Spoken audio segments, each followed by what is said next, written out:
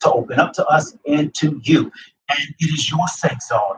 As you watch, we hope you will share in the discussion and your experiences and your thoughts on social media using the hashtag talking about race. Hopefully, what we learn here will offer clarity and understanding that will bring us all a little closer.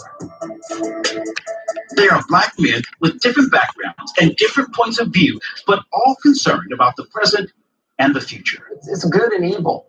You know, we are really at a tipping point in America. And that's scary. They are keenly aware of headline-grabbing stories of Black people, mostly men, having police called on them for doing everyday things.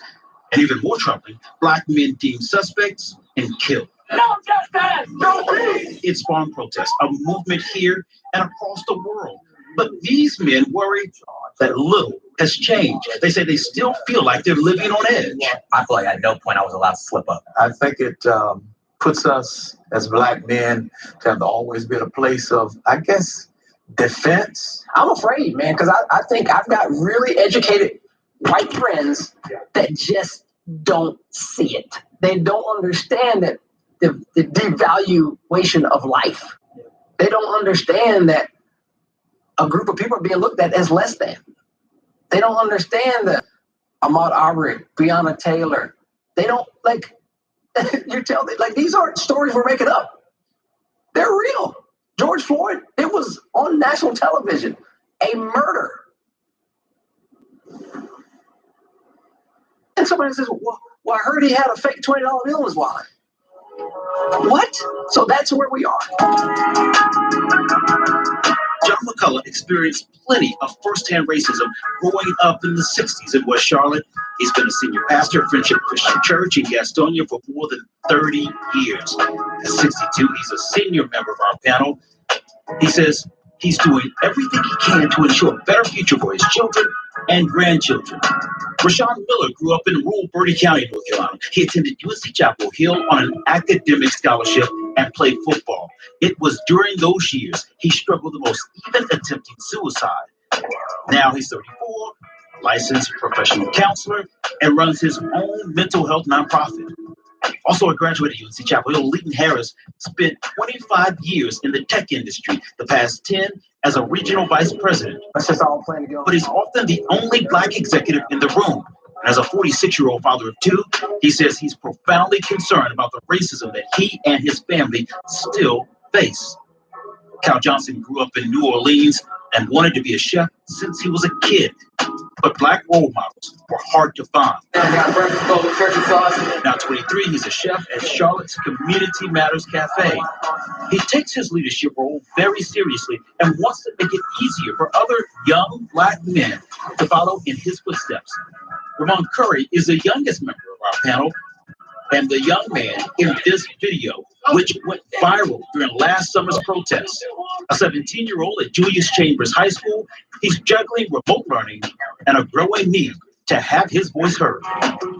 A one-word answer from your perspective to the world, what it means to be a Black man. What it means to be a Black man, my word would be enriched. To be a leader, I would say overcomer. For me, what it means to be a Black man is to be responsible. I'm beyond what you see on social media, beyond what you may think I am. Rashawn Miller says being a Black man means being adaptable, and adaptation creates depth. Outside of my skin, I come with layers. Those layers, come with hurt. They come with joy. They come with a lot of different feelings and emotions. But like you said, if you want to ask a question, ask me. There are different layers to who we all are as people.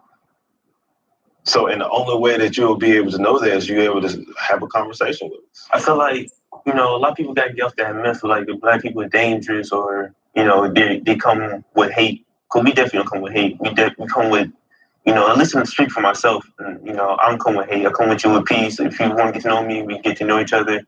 I could probably be the best person you ever meet. But, you gotta get over that myth. We're not all the same. We're dangerous. It is a subject that Dr. Charles Pinckney, a psychologist and professor at UNC Charlotte, has studied intimately. He wrote the book, From slave ships to scholarships, which examines Black athletes in sports and the rise and decline of segregation. You really have to be very, very careful in terms of how you dress, how you act, what you say, who you say it to, and how you say it. Unfortunately, that's just the way things have been there because the system is dictating that. Because if you don't, you're gonna get dealt with, and you're gonna get dealt with harshly. You're gonna get dealt with, by being locked up. You might get shot. You might get beat down by the cops. These scenarios are not an exaggeration.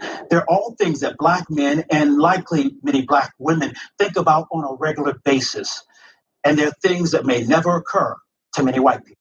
Raise your hand if you've gotten onto an elevator and people who are not Black obviously felt uncomfortable. Raise your hand if you've had someone cross the street rather than walk by you.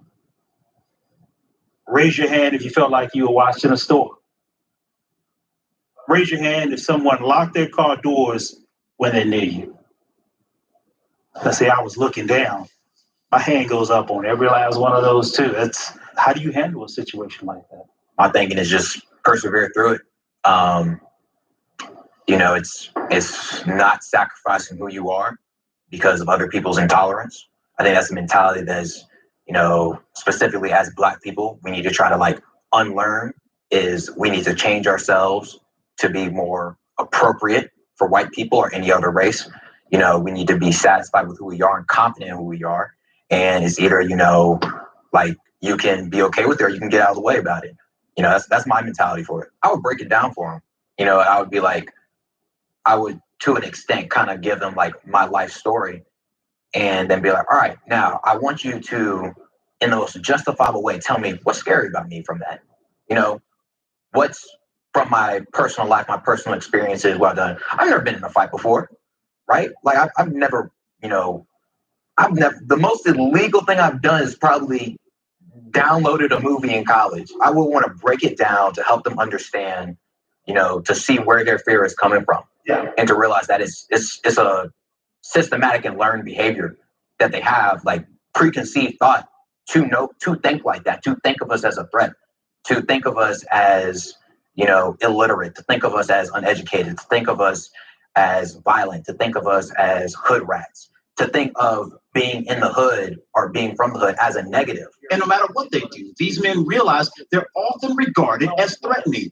Dr. Pinkney says that's at the core of racism. Systemic racism, yes, because it's not just one example. It's big, it's broad, it's aggressive. Institutional racism, it exists.